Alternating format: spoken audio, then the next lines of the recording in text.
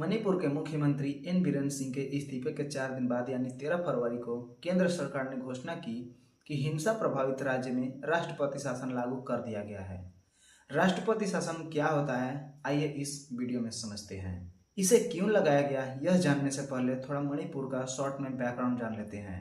मई 2023 से चल रही मैतेई और कुकी जो समुदाय के बीच हिंसा में 250 से ज़्यादा लोगों की जान जा चुकी है और 60,000 से ज़्यादा लोग डिस्प्लेस्ड हुए हैं। कन्फ्लिक्ट की शुरुआत मैतेई समुदाय द्वारा अनुसूचित जनजाति यानी एसटी का दर्जा दिए जाने की मांग से लेकर हुई थी, जिसका कुकी समुदाय ने विरोध किया था क्योंकि उन्हें डर था कि इससे एसटी समुदाय के लिए नौकरी के अवसर और अन्य सकारात्मक कार्यवाहियों का नुकसान होगा। अब आइए विस्तार से समझते हैं कि राष्ट्रपति शासन होता क्या है। President rule is a provision of Indian constitution under article 356। Article 356 के अनुसार कॉन्स्टिट्यूशनल मशीनरी की फेलियर के आधार पर भारत के किसी भी राज्य पर राष्ट्रपति शासन लगाया जा सकता है। यह 2 प्रकार का होता है।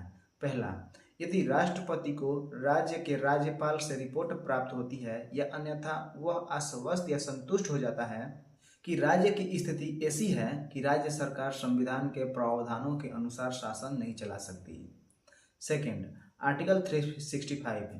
इस आर्टिकल के अनुसार यदि कोई राज्य यूनियन द्वारा दिए गए सभी निर्देशों का पालन करने में विफल रहता है तो वहां राष्ट्रपति शासन लगाया जा सकता है। सरल शब्दों में राष्ट्रपति शासन वह होता है जब राज्य सरकार को निलंबित कर दिया जाता है और केंद्र सरकार केंद्र द्वारा नियुक्त राज्यपाल के ऑफिस के माध्यम से सीधे राज्य का प्रशासन चलाती है। इसे स्टेट इमरजेंसी या कॉन्स्टिट्यूशनल इमरजेंसी भी कहा जाता है। किसी भी राज्य में राष्ट्रपति शासन लागू करने के लिए संसद की मंजूरी जरूरी होती है। राष्ट्रपति शासन की घोषणा को जारी होने के 2 महीने के भीतर संसद के दोनों सदनों में मंजूरी मिलनी चाहिए। मंजूरी साधारणतः बहुमत से मिलती है। राष्ट्रपति शासन शुरू में 6 महीने की अवधि के लिए होता है, बाद में इसे बढ़ाकर हर 6 महीने में पार्लियामेंट्री अप्रूवल के साथ 3 साल की अवधि के लिए बढ़ाया जा सकता है।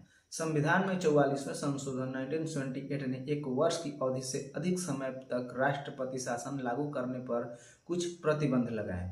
इसमें कहा गया है कि राष्ट्रपति शासन को 1 वर्ष से अधिक नहीं बढ़ाया जा सकता जब तक कि पहला कंडीशन, भारत में राष्ट्रीय आपातकाल हो यानी नेशनल इमरजेंसी। दूसरा, भारत के चुनाव आयोग ने ये प्रमाणित किया है कि राज्य में विधानसभा चुनाव कराने में कठिनाइयों के कारण राज्य में राष्ट्रपति शासन जारी रखना आवश्यक है। राष्ट्रपति शासन लागू होने के बाद क्या होता है?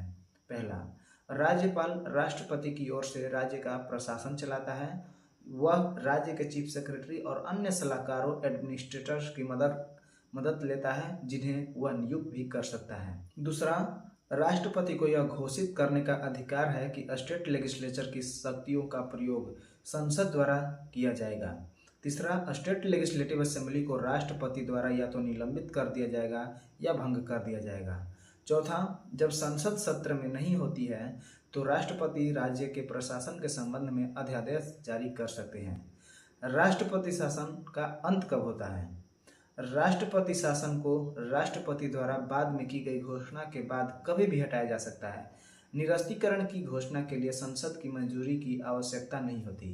यह तब होता है जब किसी राजनीतिक दल का नेता विधानसभा में अपने पक्ष में बहुमत का समर्थन दर्शाने वाले पत्र प्रस्तुत करता है तथा राज्य सरकार बनाने का दावा पेश करता है। Misuse of article 356। आर्टिकल 356 केंद्र सरकार को राज्य सरकारों पर अपना अधिकार जताने के लिए व्यापक अधिकार देता है। हालांकि इसका उद्देश्य देश की अखंडता और एकता को बनाए रखना था, लेकिन इसका इस्तेमाल केंद्र के राजनीतिक विरोधियों द्वारा शासित राज्य सरकारों को हटाने के लिए किया गया। इसका पहली बार इस्तेमाल 1951 में पंजाब में किया गया था। 1966 से 1977 के बीच इंदिरा गांधी जी की सरकार ने विभिन्न राज्यों के खिलाफ करीब 39 बार इसका इस्तेमाल किया। एसआर बोमाई केस 1994 में भारत के सर्वोच्च न्यायालय ने आर्टिकल 356 को लागू करने के लिए सख्त दिशा निर्देश जारी किए। पहला, राष्ट्रपति की घोषणा दुर्भावना के इरादे के आधार पर न्यायिक समीक्षा के अधीन है। दूसरा, केंद्र द्वारा आर्टिकल 356 को लागू करने को उचित ठहराया जाना चाहिए। यदि राष्ट्रपति शासन लगाने का अधिकार इनवैलिड और अनकॉन्स्टिट्यूशनल पाया जाता है तो न्यायालय को निलंबित या भंग राज्य सरकार को पुनर्जीवित करने का अधिकार है।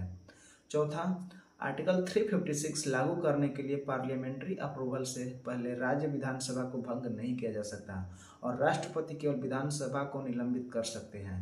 पांचवा, राज्य मंत्रालय के विरुद्ध भ्रष्टाचार के गंभीर आरोप और वित्तीय अस्थिरता आर्टिकल 356 लगाने का आधार नहीं है। छठा, राज्य सरकार द्वारा की गई कोई भी कार्यवाही जो धर्मनिरपेक्षता की सुरक्षा की ओर ले जाती है, जो कि संविधान की एक बुनियादी विशेषता है, आर्टिकल 356 के उपयोग का आधार नहीं हो सकती। सातवां, रूलिंग पार्टी में किसी भी इंट्रा पार्टी मुद्दे को सुलझाने के लिए आर्टिकल 356 का प्रयोग नहीं किया जा सकता। और आठवां, यदि स्टेट मिनिस्ट्री रिजाइन दे देता है या बर्खास्त हो जाता है या बहुमत खो देता है तो राज्यपाल राष्ट्रपति को यह आर्टिकल लागू करने की सलाह तब तक नहीं दे सकता जब तक कि राज्यपाल द्वारा वैकल्पिक सरकार के गठन के लिए पर्याप्त कदम नहीं उठा लिए जाते हैं। नौवां, आर्टिकल 356 के तहत दी गई शक्तियों का इस्तेमाल केवल आपातकालीन स्थितियों में ही किया जाना चाहिए। यह एक असाधारण शक्ति है। इसके बाद भी सर्वोच्च न्यायालय ने ऐसे निर्णय दिए हैं कि जिनमें इस आर्टिकल के दुरुपयोग की गुंजाइश सीमित कर दी गई है। सरकारिया कमीशन रिपोर्ट 1983 ने सिफारिश की थी कि आर्टिकल 356 का प्रयोग बहुत कम और केवल अंतिम उपाय के रूप में किया जाना चाहिए। पहला, राष्ट्रपति द्वारा राष्ट्रपति शासन की घोषणा में यह कारण भी शामिल होना चाहिए कि उन्हें क्यों लगता है कि राज्य समान रूप से नहीं चल सकता। दूसरा, जब भी संभव हो केंद्र को आर्टिकल 356 लागू करने से पहले राज्य सरकार को चेतावनी देनी चाहिए। और थर्ड, इस आर्टिकल का प्रयोग राजनीतिक लाभ उठाने के लिए नहीं किया जाना चाहिए। फोर्थ, आयोग ने आर्टिकल में संशोधन की सिफारिश की ताकि राष्ट्रपति को संसद की मंजूरी मिलने के बाद ही राज्य विधानमंडल को भंग करने का अधिकार दिया जा सके। अब आइए जानते हैं कि कॉन्स्टिट्यूशनल इमरजेंसी और नेशनल इमरजेंसी में क्या अंतर है। आर्टिकल 352 नेशनल इमरजेंसी की घोषणा को नियंत्रित करता है, जिसका इस्तेमाल 3 बार किया गया है। 1962 के भारत चीन युद्ध के दौरान, 1971 में पाकिस्तान के साथ आर्मर्ड कॉन्फ्लिक्ट के दौरान और 1975 में इंटरनल डिस्टर्बेंस के आधार पर। स्टेट इमरजेंसी के विपरीत नेशनल इमरजेंसी की घोषणा करने के लिए राष्ट्रपति को इस बात से संतुष्ट होना आवश्यक है कि भारत की सुरक्षा या उसके क्षेत्र का कोई भी हिस्सा युद्ध, बाहरी आक्रमण या सशस्त्र विद्रोह के खतरे में है। कॉन्स्टिट्यूशनल इमरजेंसी जो 3 साल तक चल सकता है, नेशनल इमरजेंसी की कोई समय सीमा नहीं होती। इसके अतिरिक्त राष्ट्रपति शासन आर्टिकल 356 के लिए पार्लियामेंट्री अप्रूवल की साधारण बहुमत की आवश्यकता होती है, जबकि नेशनल इमरजेंसी को विशेष बहुमत की आवश्यकता होती है। नेशनल इमरजेंसी में स्टेट एग्जीक्यूटिव और लेजिस्लेचर का काम करना जारी रखती है, जबकि राष्ट्रपति शासन के तहत स्टेट एग्जीक्यूटिव को बर्खास्त कर दिया जाता है और लेजिस्लेचर को निलंबित या भंग कर दिया जाता है। हालांकि मणिपुर विधानसभा, जिसका कार्यकाल 2027 तक है, को भंग नहीं किया गया है, बल्कि उसे निलंबित अवस्था में रखा गया है। इसका मतलब यह है कि विधानसभा को अस्थायी रूप से रोका गया है ताकि राजनीतिक स्थिरता बहाल होने पर इसे फिर से शुरू की जा सके। कॉन्स्टिट्यूशनल इमरजेंसी और नेशनल इमरजेंसी से मौलिक अधिकारों पर क्या असर पड़ता है?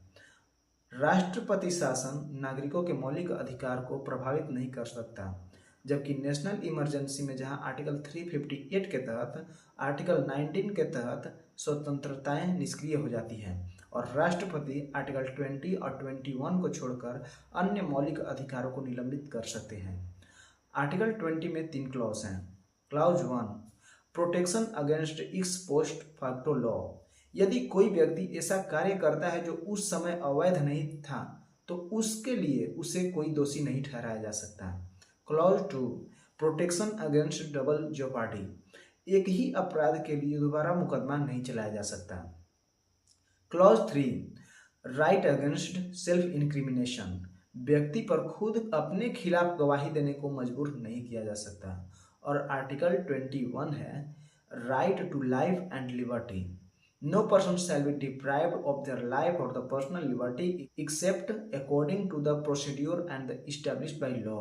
This article ensures that any deprivation must follow due process safeguarding individual rights.